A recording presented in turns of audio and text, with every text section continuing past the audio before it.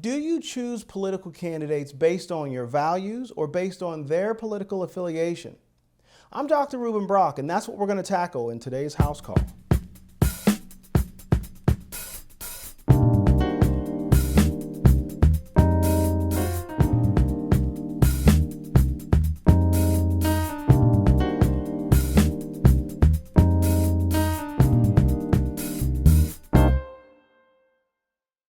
Hey, before we get started, don't forget to subscribe to this channel, leave us a like, and ring the bell for notifications. So I wanted to talk today and see if I could chew on this idea with you of this us versus them political climate that we have in America right now. As we are moving into voting season, it's really been on my mind how over the last several years, it seems like our politics have become more and more contentious.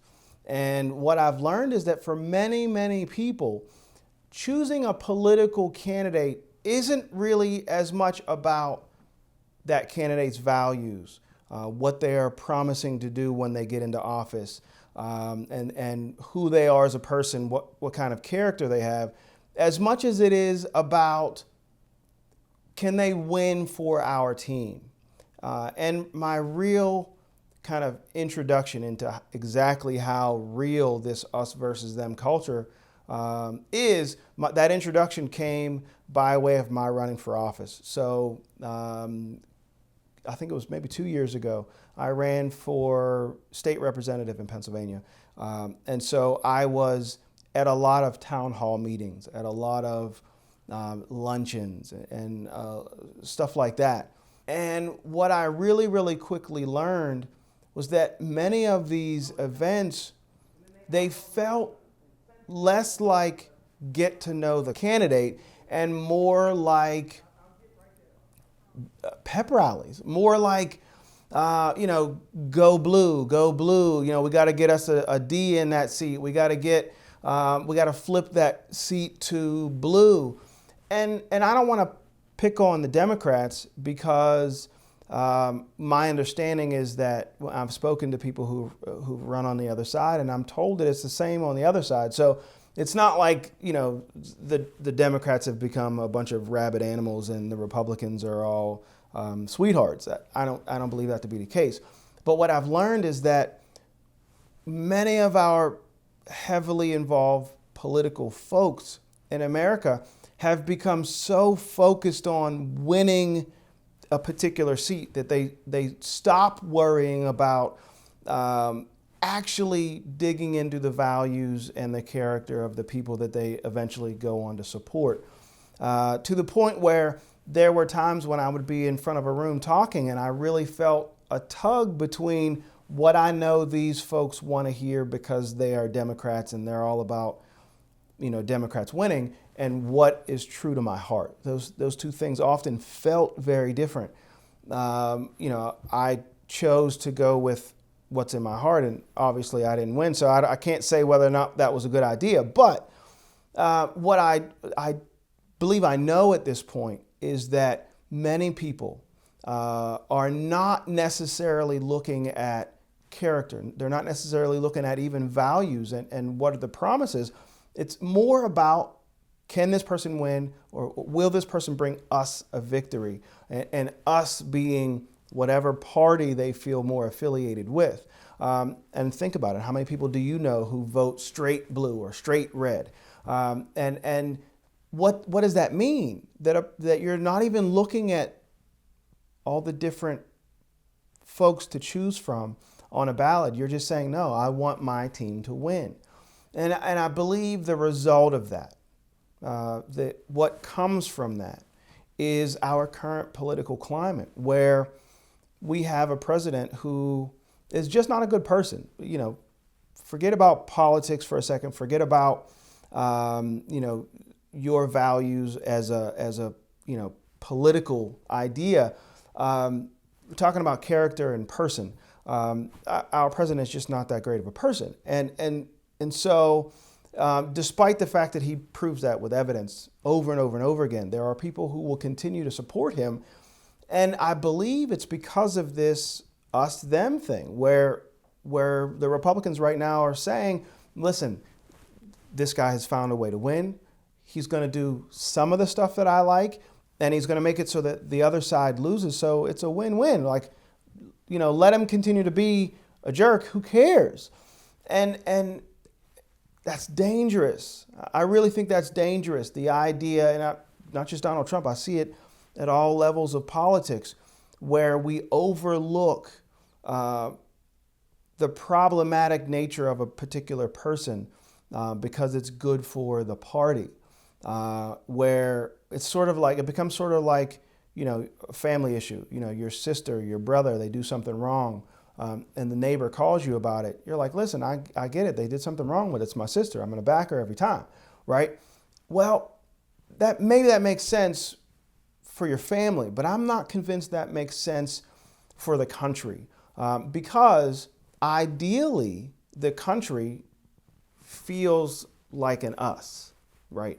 Where what I want in my politicians is to make America better for American, right? All the Americans, everybody on the team, and the whole team is us.